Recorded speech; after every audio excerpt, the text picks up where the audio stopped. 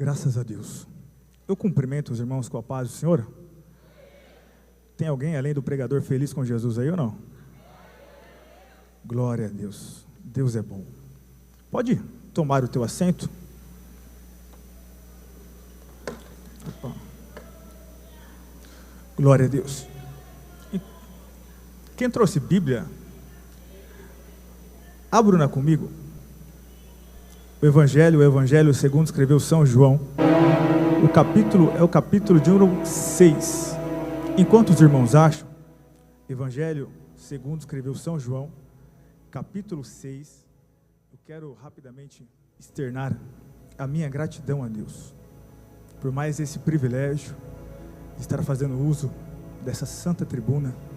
Quero louvar a Deus pela vida do pastor Gilmar, presidente dessa obra, a irmã Inês, Maria Inês. Deus em Cristo os abençoe. Eu me sinto filho dessa casa, eu venho aqui desde 2012, lá já se vão mais de 10 anos, né? Glória a Deus. Quero louvar a Deus pela vida do pastor Adriano, sua esposa, a irmã Roberta e toda a sua casa. Uma honra, obrigado pelo carinho de sempre. Aos pastores e toda a mesa diretora, pastor Carlinhos, pastor Jairo, Valdir, enfim, todos, sinta-se abraçado. Mando um abraço do meu pastor Elias Lira, lá do campo de Bauru, Assembleia de Deus do Belém, a irmã Andréia, e na pessoa do meu pastor, eu mando um abraço para todos lá da cidade de Bauru. Alguém conhece Bauru? Eu não. Quem não conhece, conhece o Lanche Bauru, né? O Lanche Bauru é mais famoso que a minha cidade. Quero louvar a Deus pela vida da minha muito digníssima esposa, irmã Fabiola. Fica de pé, fica de pé. O nosso amigo, o pastor Jonathan Carlos, já registrou, né? Então eu não posso chamar de Vaza. Eu tenho que criar um outro nome. Mas é a minha esposa. Já somos mais de 10 anos casados. Eu casei novo, viu, meu irmão? Casei com 21 anos. 32, Deus é bom, né? Logo, logo, se Deus quiser, vem o herdeiro. Deus é fiel. Acompanha também a nossa pastora Gisele, a pastora que foi o canal de Deus para que eu me convertesse há 17 anos atrás. E quando eu digo isso, parece, ela vai ficar brava porque vai achar que ela é velha, né? Mas ela é nova. 17 anos atrás. Obrigado, viu, pastora? A senhora faz parte de tudo que Deus tem feito em minha vida. Obrigado. Eu quero louvar a Deus. Eu estou com muito amigo aqui e eu vou perder meu tempo, já começou a correr aqui, mas muito pregador, tá bom? Sinta-se abraçado, pastor Maurício, pastor André, seu filho, em Cristo, pastor Jairo Santana, Júlio, Natan, os amigos de coração, pastor Gessé, Jonathan Iago, enfim, eu vou, aqui se eu conseguir, eu vou citando, tá bom? Mas sinta-se abraçado, que Deus use cada um aqui que vai pregar, os que já pregaram, os que vão pregar, em nome de Jesus Cristo, amém? Quem quer ouvir a palavra de Deus, diga, eu quero. Prometo-me que serei breve, mas não posso voltar para casa sem antes entregar aquilo que Deus colocou no meu coração.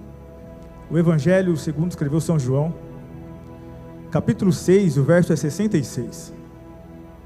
Aos amigos da internet que mandaram muitas mensagens, Deus em Cristo os abençoe. Evangelho de João, capítulo 6, e o verso 66. Amém? Diz assim o texto: desde então, muitos dos seus discípulos tornaram para trás e já não andavam mais com ele. Então disse Jesus aos 12: quereis vós também retirar-vos daqui? Respondeu-lhes, pois, Simão Pedro: Senhor, para quem iremos nós, se só tu tens as palavras de vida eterna? Só tu tens as palavras de vida eterna. E o verso 69, para a gente encerrar, diz assim: e nós temos crido e conhecido que tu és o Cristo, o Filho de Deus. Amém? Prestem atenção aqui em mim. Eu preciso de alguns minutinhos preciosos para que você possa entender o que Deus tem para a gente nessa tarde. O Evangelho ora lido, o Evangelho de João, ele é o pináculo da revelação de Deus. O evangelista João, quando escreve esse livro, o Evangelho de João, parece que ele é a última peça de um quebra-cabeça a ser montado. Eu digo isto porque nós temos 4 evangelhos. E nesses evangelhos, cada um retrata Jesus de um jeito. Nós temos 4 perspectivas diferentes, 4 olhares diferentes, 4 narrativas do mesmo Jesus. Porém, a função do evangelista João é diferente dos 3 primeiros evangelhos. Nós temos uma classe de evangelhos chamado evangelhos sinóticos. Isto porque entre o evangelho de Mateus, Marcos e Lucas são semelhantes. Há muita semelhança entre esses 3 primeiros evangelhos. Já o evangelho de João, ele é diferente. 90% do conteúdo do evangelho de João não está nos outros 3 evangelhos. Até porque o intuito de João é provar que Jesus, o filho de Maria, o filho de José, o carpinteiro, ele era Deus. É por isso que o evangelho de João é o evangelho mais teológico de todos os outros evangelhos. E João tem essa árdua missão de provar que Jesus é Deus. O segundo propósito do evangelho de João é um propósito mais apologético, de defender, de mostrar que esse Jesus é Deus e combater algumas falsas heresias da época que vinha se surgindo na época de Jesus ou da época de João. E é um segundo intuito mais apologético. E o intuito desse evangelho de João, é por isso que no evangelho de João não há começo com uma genealogia, diferente do evangelho de Mateus, do evangelho de Lucas. É porque João, ele quer ser rápido, enfático, em provar que Jesus é Deus. E nós sabemos que Deus não tem genealogia. Ele sempre foi e sempre será o que é. Nós temos o evangelho de João, nós temos nesse evangelho, e se essa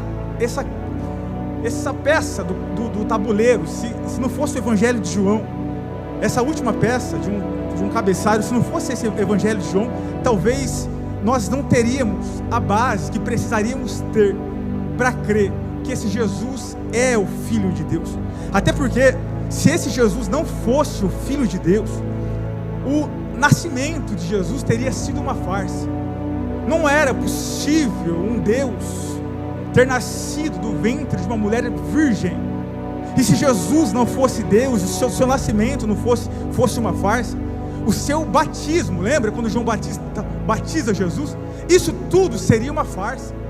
Eles viram o céu se abrir, eles ouviram a voz de Deus dizendo: esse é o meu filho amado em quem eu me comprazo. Se Jesus não é Deus, o seu nascimento era uma farsa, o seu batismo seria uma farsa. E se o seu batismo fosse uma farsa, Jesus não teria chamado 12 discípulos, ele teria contratado 12 atores. E pensa nos melhores atores que existiria, foi aqueles 12 apóstolos. Ele teria feito uma encenação, ele teria fechado o pacote com aquelas atrizes, ou aqueles meninos que ressuscitaram. E se Jesus, ou se os discípulos fossem atores, não haveria a morte daquele Cristo Jesus. E se a morte de Jesus fosse uma encenação, não haveria o domingo de manhã.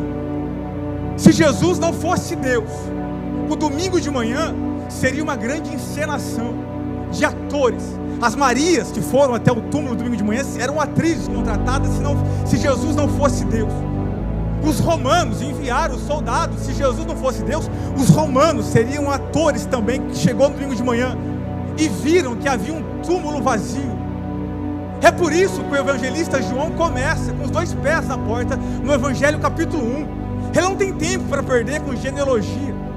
Ele já vem no evangelho de João capítulo 1 dizendo: esse homem, esse Jesus, o carpinteiro, o filho de Maria, o filho de José, ele não nasceu, ou ele não passou a existir quando ele nasceu, ele saiu do ventre de Maria, não. É por isso que ele começa o evangelho de João capítulo 1 dizendo: ele, o verbo, estava no princípio com Deus. O verbo era Deus. Deus. Por isso que o evangelista João começa já dizendo no capítulo 1: este a quem eu vos apresentar, ele não é apenas o carpinteiro, ele não é apenas o filho de Maria, ele não é apenas o filho de José, ele é o próprio Deus encarnado. Eu vim falar sobre esse Deus encarnado. Eu vim falar sobre o Cristo das palavras eternas. Eu vim falar sobre o Jesus eterno e o Cristo das suas palavras eternas. Nós entendemos, e o contexto aqui é bom a gente entender, que o Evangelho de João, o foco dele, a ênfase do Evangelho de João, são os discursos de Jesus, são as palavras de Jesus. No Evangelho de João você não vai encontrar ele expulsando demônios, você não vai encontrar parábolas, você não vai encontrar a lista dos 12 apóstolos, o nascimento de Jesus, o batismo de Jesus, não. A ênfase do evangelista João é os discursos, as palavras, os ensinos de Jesus. É por isso que nós, no capítulo 6, ora lido aqui, no capítulo 1 já, nós temos a multiplicação dos pães. E o que é isso, pastor? A multiplicação dos pães? Eu disse que o evangelho de João é um dos evangelhos mais teológicos que nós temos. No capítulo 1, no capítulo 6, no versículo 1, na multiplicação dos pães, pastor Júlio, João vai fazer um paralelo. A multiplicação dos pães é um paralelo com o êxodo, com o maná que Deus derrubara no deserto. E quando João começa a fazer essa construção do capítulo 6 e do versículo 1 da multiplicação dos pães, e ele começa a fazer um comparativo do maná que caiu para Moisés e aquele povo no deserto, e esse maná que está falando no capítulo 6 é o pão da vida. Ele começa a fazer uma comparação aqui, e a gente precisa entender, nós geralmente traduzimos, e não erroneamente, a palavra maná como se fosse uma pergunta: o que é isso? A palavra do paralelo do geralmente grego, manhu, é uma pergunta: o que é isso? Mas não é apenas uma tradução. Essa palavra chamada maná, nós temos no original do hebraico significando manhu, são duas perguntas. O man é o que é, o hu é isso. Nós traduzimos assim a palavra maná: o que é isso? Porque quando os israelitas viram o pão cair do deserto, eles ficaram com perguntas, com dúvidas. Eles perguntaram: o que é isso que está caindo do céu? Porém, essa mesma palavra, dependendo do contexto, ela tem no mínimo mais dois significados. Em vez de ser o que é isso, ela pode ser aplicada como o que é ele, ou quem é ele. E olha que essa pergunta do maná, Moisés, o grande Moisés, não conseguiu responder. Quando ele viu o maná e o pão caindo do deserto, ele não conseguiu responder a pergunta: o que é isso? Quem é ele? Ou o que é ele? Os profetas maiores não conseguiram. Os profetas menores não conseguiram responder essa pergunta. Aí Jesus, no capítulo 6, ele está tentando ensinar e mostrar para os discípulos: vocês lembram do maná que caiu no deserto para Moisés? Eu estou respondendo. Moisés não conseguiu responder o que era aquilo. Os discípulos não conseguiram, os apóstolos não conseguiram, os profetas não conseguiram. Mas eu estou ensinando para vocês agora. Eu sou o pão vivo. Eu sou o pão vivo. Mas, porém, diferente do maná que caiu do deserto, o maná e o pão que caiu do deserto, pastor Maurício Silva, era uma sombra do verdadeiro maná que viria, do verdadeiro pão vivo que viria, que está no capítulo 6. O maná que caiu no deserto era diferente, mas não era falso, era maná, porém era a sombra do verdadeiro. Tanto é que ambos os manás desceram do céu. O maná do deserto desceu dos céus, e esse que aqui vos fala no capítulo 6 também desceu do céu. Ambos geraram surpresas, incompreensões. Os israelitas olharam para o maná, questionaram Moisés: o que é isso? Aqui no capítulo 6 eles também ficaram bravos com Jesus: por quem é o Senhor para dizer que é o pão da vida? Ambos geraram surpresas e compreensão. Ambos foram dados por Deus. Apesar daqueles que estavam ouvindo Jesus acharem que o maná foi dado por Moisés, Jesus disse: não foi dado por Moisés, o maná foi dado por Deus. E se ambos desceram do céu, se ambos geraram surpresa e compreensão, se ambos foram dados por Deus, qual é a diferença? o maná do deserto estragava. Segundo, todos, repito, todos que comeram do maná do deserto, todos morreram. Jesus no capítulo 6 está dizendo: o maná que caiu do deserto estragava no dia seguinte. O maná que todos comeram no deserto, todos morreram.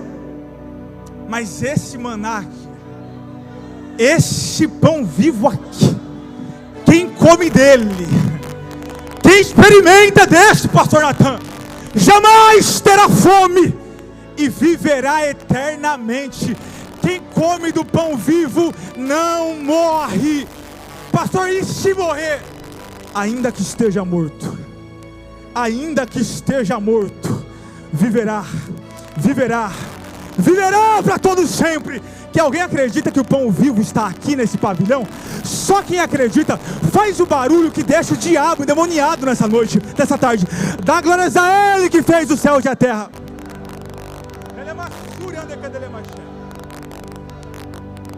O mundo pergunta: o que é isso? Quem é Ele? Ou o que Ele é? Porque eles nunca experimentaram esse maná. É por isso que eles não sabem. Mas quem experimentou desse pão vivo, quem já experimentou do maná celestial que é Cristo, é por isso que muitos perguntam para você: permanece na fé, veio de longe para os Gideões, faz um sacrifício. É porque você experimentou do pão. E quem experimentou desse pão, vive, vive, vive, vive, vive para todo sempre. Ele faz uma comparação no capítulo 1, a multiplicação dos pães, com o maná do deserto. Aí nós vamos no capítulo 6, dentro do capítulo 6 de João, tudo isso aqui. O verso 16, é o episódio que Jesus anda sobre as águas, Natan. E quando Jesus anda sobre as águas, o João está fazendo um paralelo com Moisés e aqueles homens que atravessaram o Mar Vermelho. E Jesus andando sobre as águas. Lembra que eu disse? O intuito do evangelista João é mostrar e provar que Jesus é Deus. Jesus, ele escreve esse milagre de Jesus andando sobre as águas para dizer que o filho de Maria, que o filho de José, que o carpinteiro, ele tem autoridade sobre a natureza. Ele pode andar sobre as águas como ele pode abrir o Mar Vermelho. Ele pode fazer o mar acalmar, o vento recuar. Ele tem poder sobre a natureza. Esse é o intuito do Evangelho de João. E depois, no capítulo 6, no versículo 16, nós temos a multiplicação dos pães. Temos Jesus andando sobre as águas. Nós temos o último discurso. E é o discurso que eu quero entrar aqui nessa tarde. É o discurso do pão vivo. É o discurso do pão da vida. É o discurso duro que vai fazer daqui a pouco os discípulos se levantarem e ir embora. E aqui que é o problema. Eu estive pregando em um congresso esses dias de jovem, e eu preguei sobre Davi, os problemas de Davi. Aí os garotos hoje com a linguagem nova: pastor Rodrigo, que BO esse Davi causou, hein? Eu disse: BOzão. Aqui é o BO, aqui é o problema. Esse discurso do pão da vida, esse discurso do pão vivo que desceu do céu, quando Jesus começa a dizer que Ele é o pão da vida, e que quem comer dessa carne, e quem beber desse sangue, não morrerá. Quando aqueles discípulos ouvem isso, pastora Gisele, que tem que comer a carne de Jesus e beber o sangue de Jesus, eles se levantam e falam: opa, calma Jesus, como assim? Comer o pão e beber o teu sangue? E olha, Jesus não estava dizendo literalmente para eles. Eles entenderam por um instante que Jesus estava falando sobre canibalismo. Só que Jesus não estava dizendo para comer a sua carne física e beber o teu sangue.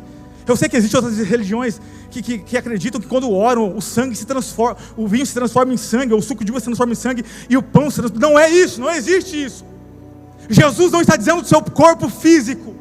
Quando Jesus diz que eles teriam que comer, e nós, o corpo e o sangue, Jesus está aqui no seu discurso, fazendo uma alusão a alguns dias depois, a sua morte naquela cruz, o seu corpo esmagado naquela cruz, o seu corpo machucado naquela cruz, o seu sangue vertido naquela cruz.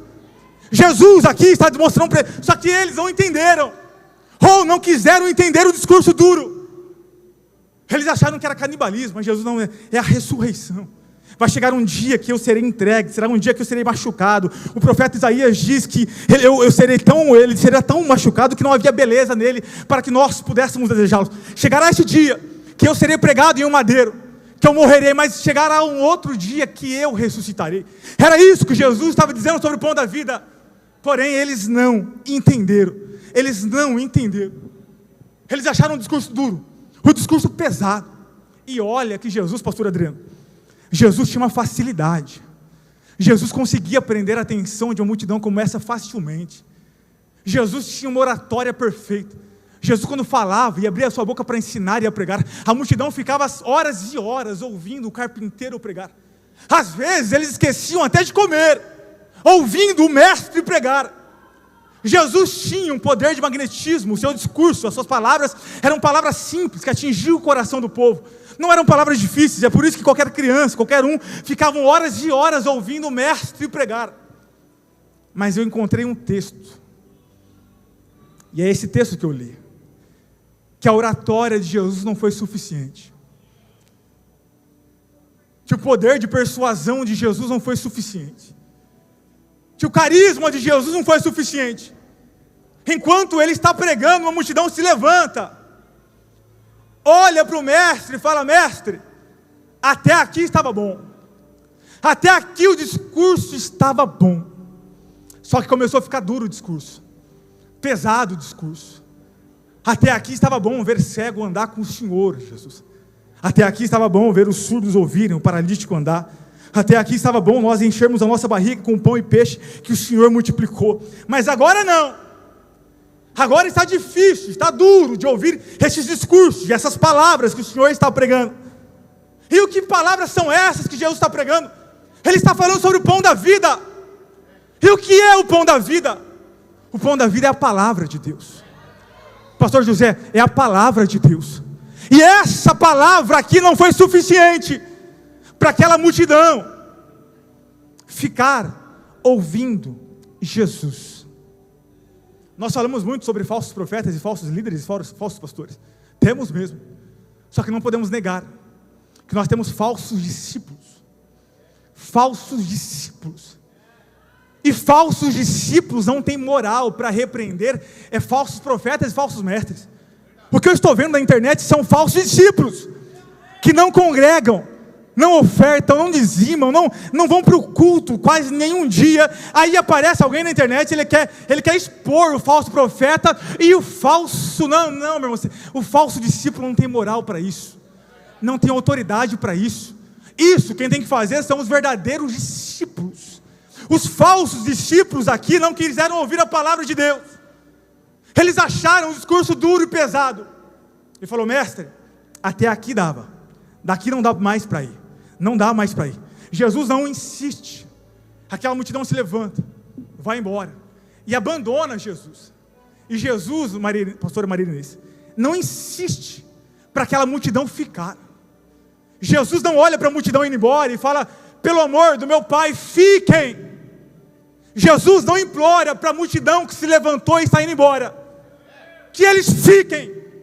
Jesus deixa, porque Jesus não tem compromisso com quem não tem compromisso com a sua palavra. Repito, Jesus não tem compromisso com quem não tem compromisso com a sua palavra. Não tem, não adianta, não tem. Quem não tem, lembra de Saul? Capítulo 12, profeta Samuel. No dia que Saul rejeitou a palavra de Deus, no dia que ele rejeitou a palavra, Deus o rejeitou. Mas pastor, canta bem, não interessa, se rejeitou a palavra, está rejeitado por Deus. Pastor, mas canta, prega demais, não interessa, se rejeitou a palavra, foi rejeitado por Deus. Rodrigo, mas o grave é bonito, o agudo é bonito, não interessa, se rejeitou a palavra, foi rejeitado por Deus. Eles se levantaram, e Jesus deixou. Jesus não insiste para eles ficarem, Jesus deixa eles irem. Só que aí chega o ponto crítico. Jesus olha para os discípulos, no capítulo 66, nós lemos. Para os 12 que ficaram. Olha para eles e fala: e vocês? Não querem ir embora com eles? Jesus aqui estava disposto. Jesus está estabelecendo um limite aqui. Jesus está estabelecendo um marco aqui. Eu sei que nós vivemos uma geração que não tem limites nem do Pai, mas o Evangelho tem limites. Repito, o Evangelho tem limites. E Jesus estabeleceu um aqui no capítulo 6. Ele olhou para os 12 que ficaram e falou: vocês não querem segui-los? Jesus estava disposto, meus pastores, a resetar tudo. Se aqueles discípulos vão e acompanham os outros que vão embora, Jesus escolheria outros discípulos. Porque se eles acompanham os discípulos, os que foram embora, eles não prestavam para ser discípulos. Porque aqueles 12 viram coisas que ninguém viu. Aqueles 12 ouviram coisas que ninguém ouviu. Aqueles 12 viram o carpinteiro fazer milagres. Aqueles 12 viram Jesus ressuscitando. É por isso que Jesus estabeleceu um marco. Essa é a hora. Ou vocês vão embora agora. Essa é a chance. Essa é a chance. Ou vocês se juntam aos falsos discípulos que queriam me seguir apenas pelos milagres, pela barriguinha cheia do pão e peixe. Ou você segue essa multidão que acostumou a discursos belos, bonitos, e segue eles. Mas aí, Pedro, cheio da graça de Deus, cheio da unção de Deus, Pedro transbordando azeite, olhou para o mestre e falou: mestre, para quem nós iremos? Ele é maçurando, que ele é macho.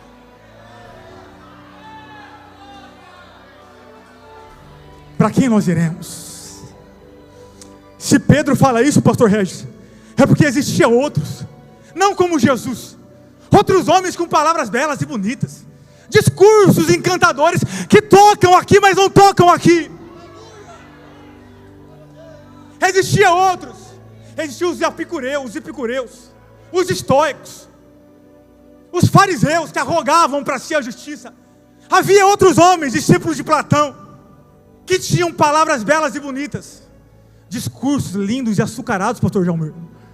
Eles tinham as palavrinhas que a maioria da igreja gosta de ouvir hoje.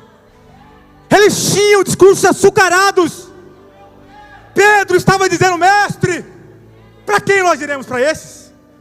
Esses são humanos, são terrenos, com palavras terrenas. São palavras bonitas que encantam aqui, mas não tocam aqui. É para esses que nós vamos? Para eles? Esses discursos belos que nós temos hoje, você levanta a mãozinha para lá, para cá, cai uma lágrima.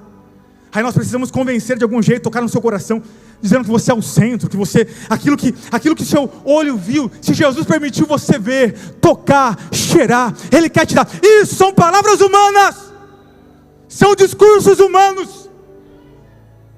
O que importa é você ser feliz. Discursos terrenos, palavras humanas. É gostoso ouvir, mas são palavras humanas, palavras terrenas, palavras vazias. E palavras vazias ditas em voz alta são como pontes quebradas, não vão a lugar nenhum. Repito, palavras vazias, bem ditas, bem elaboradas, não passam de pontes quebradas, que não te levam a lugar nenhum. Rodrigo, mas a oratória daquele camarada é perfeita, glória a Deus. Mas vê as palavras humanas. Pedro estava dizendo para Jesus: mestre, nós conhecemos os outros por aí, nós conhecemos que eles têm palavras bonitas, discursos belos, tocam aqui, mas não tocam o coração. São palavras que encantam o nosso intelecto, são palavras que mexem com a nossa inteligência, mas não transformam, não mudam, não tiram você da zona de conforto. São palavras vazias. Para quem nós iremos? Se só tu tens, mestre, palavras que não são daqui. Para onde nós iremos, se só tu tens as palavras? Só tu tens as palavras de vida eterna. E foram essas palavras que te alcançou aonde você estava. Não foi discurso de coach, não foi palavras belas e bonitas, não foi teólogos liberais nós temos por aí, não foi essas palavras, foram essas palavras de vida eterna, que foram aonde você estava. E olha que o lugar que você estava não era bom, lembra? Essas palavras foram lá na onde você estava, lá naquele boteco, você estava com a cara cheia de cachaça, com o nariz cheio de pó, no forró, no pagode, no funk, sabe Deus aonde você estava, mas essas palavras de vida eterna, como um anzol, elas foram aonde você estava, e não deixou você lá, ela fisgou você pela boca e pelo anzol, arrancou você da onde você estava, trouxe você no 40º aniversário dos Gideões da última hora, não para você ficar com a boca fechada, não, Ele trouxe você para cá, para você reconhecer que o pão vivo, que o Cristo das palavras eternas, está aqui nessa tarde.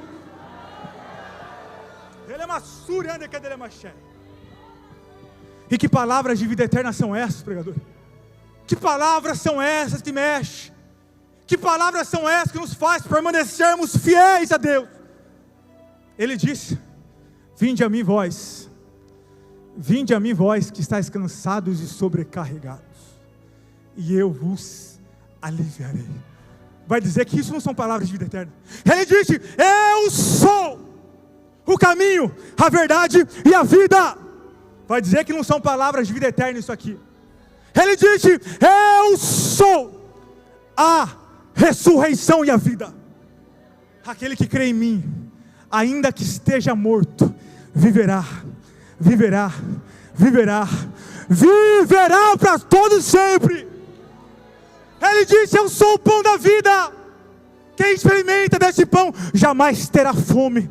Eu sou a fonte de águas vivas, quem bebe dessa água jamais terá sede. Eu sou a porta, eu sou o caminho, eu sou. Eu estou sentindo Deus nesse pavilhão aqui, eu estou sentindo a presença nesse ambiente aqui. É o pão da vida que está aqui, é o Cristo das palavras eternas que estão aqui, Ele está aqui. Só quem acredita, mais uma vez, faz o barulho que deixa o diabo endemoniado nessa noite. Dá glórias a Ele que fez os céus e a terra.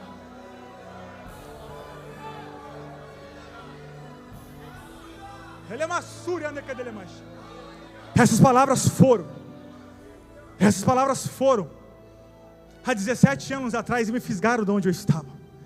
Essas palavras foram há 7 anos atrás em um leito de hospital onde eu e minha esposa estávamos. Essas palavras foram na onde ela estava, eu ouvindo só palavras sem esperança do médico, e entre vindo de casa ao hospital, em uma noite de madrugada saindo do hospital, o diabo veio no meu ouvido, pastor Adriano. E se Deus tem palavras de vida eterna, o diabo tem palavras de morte eterna. Quase eu fiz uma besteira em uma madrugada dirigindo o carro sozinho, quase, mas essas palavras, elas foram até aquele carrinho, aquele Palinho 97, encheu aquele carro pequeno, e essas palavras me abraçou. Ela me visitou, essas palavras me visitaram. Ela foi no hospital onde minha esposa estava e visitou ela também. Essas palavras que me alcançou. E é por isso que nós estamos aqui. É por isso que eu permaneço, porque eu sei que essas palavras me prenderam. Eu sei que essas palavras me seguraram. O melhor ambiente para estar não é um local, é uma pessoa. E essa pessoa é o Cristo das palavras eternas.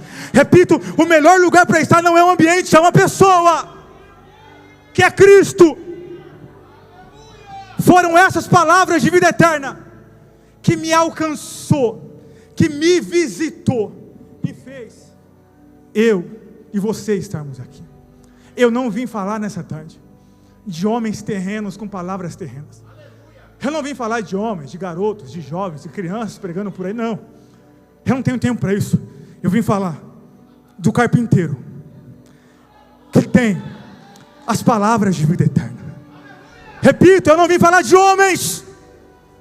Eu não vim falar de homens vazios, com palavras vazias.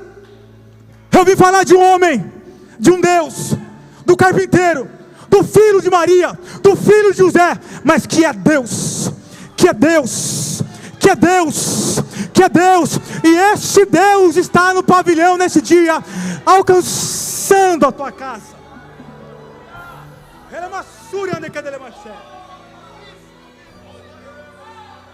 Fuja, pelo amor de Deus, desses homens com palavras belas e bonitas. O evangelista John Piper esses dias digitou no site GPT, a inteligência artificial, uma oração de 30 segundos mais belas. O site GPT, uma inteligência artificial, criou uma oração que ele ficou assustado. Palavras belas e lindas. Ele disse que nenhum homem talvez comporia aquela oração. Quase ele chorou, mas ele lembrou que era uma máquina. Eram palavras belas e bonitas, porém vazias. Mas o carpinteiro, o simples carpinteiro, quando abria a sua boca, saía palavras que tocavam aqui, saía palavras que vai lá na sarjeta e arranca você de lá.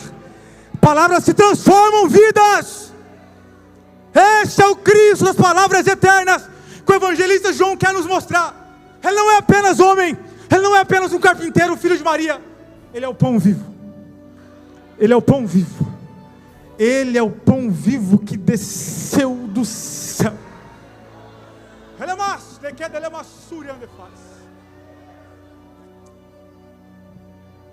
Eu não vim falar de homens, eu vim falar do Cristo que tem as palavras de vida eterna.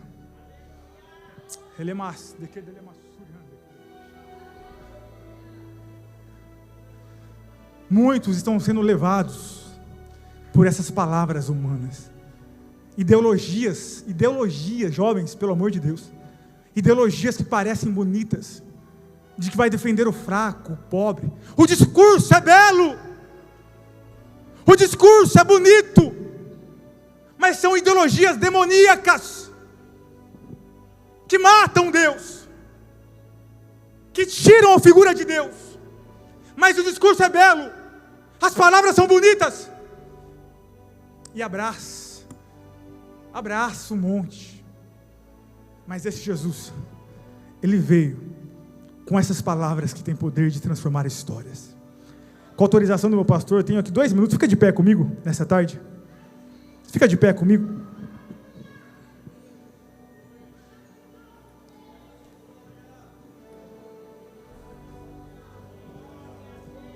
Essas palavras te alcançaram. Não foi a voz bonita do pregador que você viu quando você se converteu. Não foi a entonação do cantor quando você estava na congregação e o teu coração tocou e você veio aceitar a Jesus. Não foi isso. Foram as palavras de vida eterna que te alcançou. Foi essas palavras de vida eterna que te alcançou. E quando ela te alcançou, você experimentou do pão da vida. Você experimentou o pão vivo. É por isso que você permanece. Você permanece a despeito do luto, da dificuldade, da calúnia, da mentira, da fofoca, do levante. Você permanece, porque essas palavras de vida eterna te alcançou. Posso, meu pastor Adriano, fazer uma oração? Eu quero orar por você nessa tarde. Mas antes eu preciso fazer um convite aqui no nosso meio. Tem alguém que estava afastado dos caminhos de Jesus, ou quer entregar a sua vida para Jesus? Só quem estava afastado ou entregar a sua vida para Jesus, porque essas palavras de vida eterna talvez foi onde você estava, mas você se distanciou. Corre aqui na frente. Só quem estava afastado e quer se reconciliar com Jesus. Deixe essas palavras de vida eterna te alcançar. Deixe essas palavras de vida eterna te alcançar. Cadê a segunda pessoa que estava afastada dos caminhos de Jesus? Ou quer entregar a sua vida para Jesus nessa tarde? Ele te espera aqui nesse lugar. Os seus braços estão abertos, porque Ele é o Cristo das palavras eternas. Ele é o Deus das palavras eternas. E essas palavras têm poder sobre a tua casa e sobre a tua família. Cadê você que estava afastado dos caminhos de Jesus? Cadê você que estava distante, ou que você quer entregar a sua vida para Jesus nessa tarde? Corre aqui na frente. e deixa essas palavras de vida eterna te alcançar, te tocar. Só quem estava afastado ou quer entregar a sua vida para Jesus. Corre. Se tiver mais alguém, corre. Nós vamos orar aqui. Essas palavras o alcançou nessa tarde. Essas palavras têm poder de mudar a tua casa, a tua história, a tua família, e alcançar de uma vez por todas a tua história. Mas alguém que estava afastado dos caminhos de Jesus, ou quer entregar a sua vida para Jesus. Pode ficar aqui, irmão. Agora eu faço um convite, se você quer que essas palavras de vida eterna alcance a tua casa, a tua família. Talvez você me ouve aqui, mas o teu marido não é crente, a tua esposa não é crente, os teus filhos não são crentes, corre aqui na frente. Talvez você me ouve aqui, o médico diagnosticou você com uma doença que não tem cura, não interessa. Essas palavras de vida eterna, elas curam, elas curam, elas curam. Palavras bonitas não, discursos vazios não, mas as palavras de vida eterna, elas curam. Elas vão aonde o médico não vai, elas vão aonde a medicina não chega, e ela cura. Rodrigo, mas é câncer, não interessa. O meu Jesus, as palavras eternas, têm poder de curar câncer.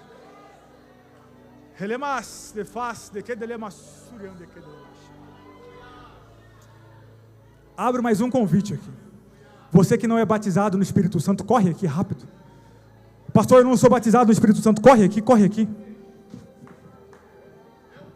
Nós vamos orar aqui agora. O Cristo das palavras eternas te visitou nessa tarde. Visitou a tua casa e a tua família nesse lugar. Aliás, eu vou encerrar, mas eu preciso fazer. Nós temos um curso de missões. Olha aqui para mim.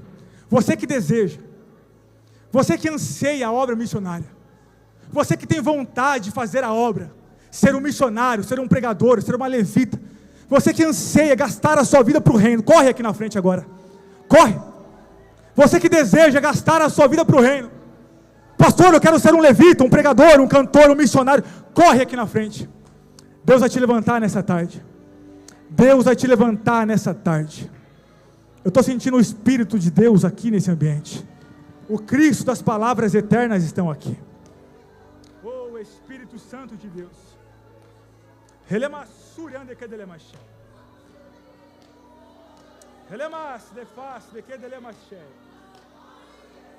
Isso, vai sendo batizado no Espírito Santo aí, filha.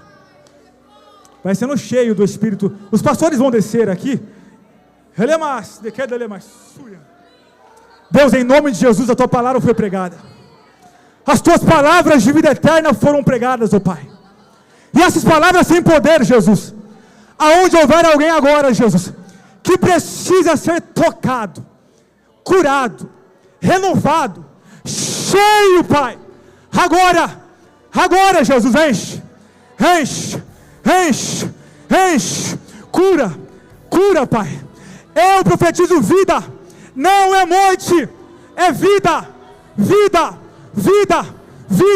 O Deus das palavras eternas, o pão vivo, está dando vida.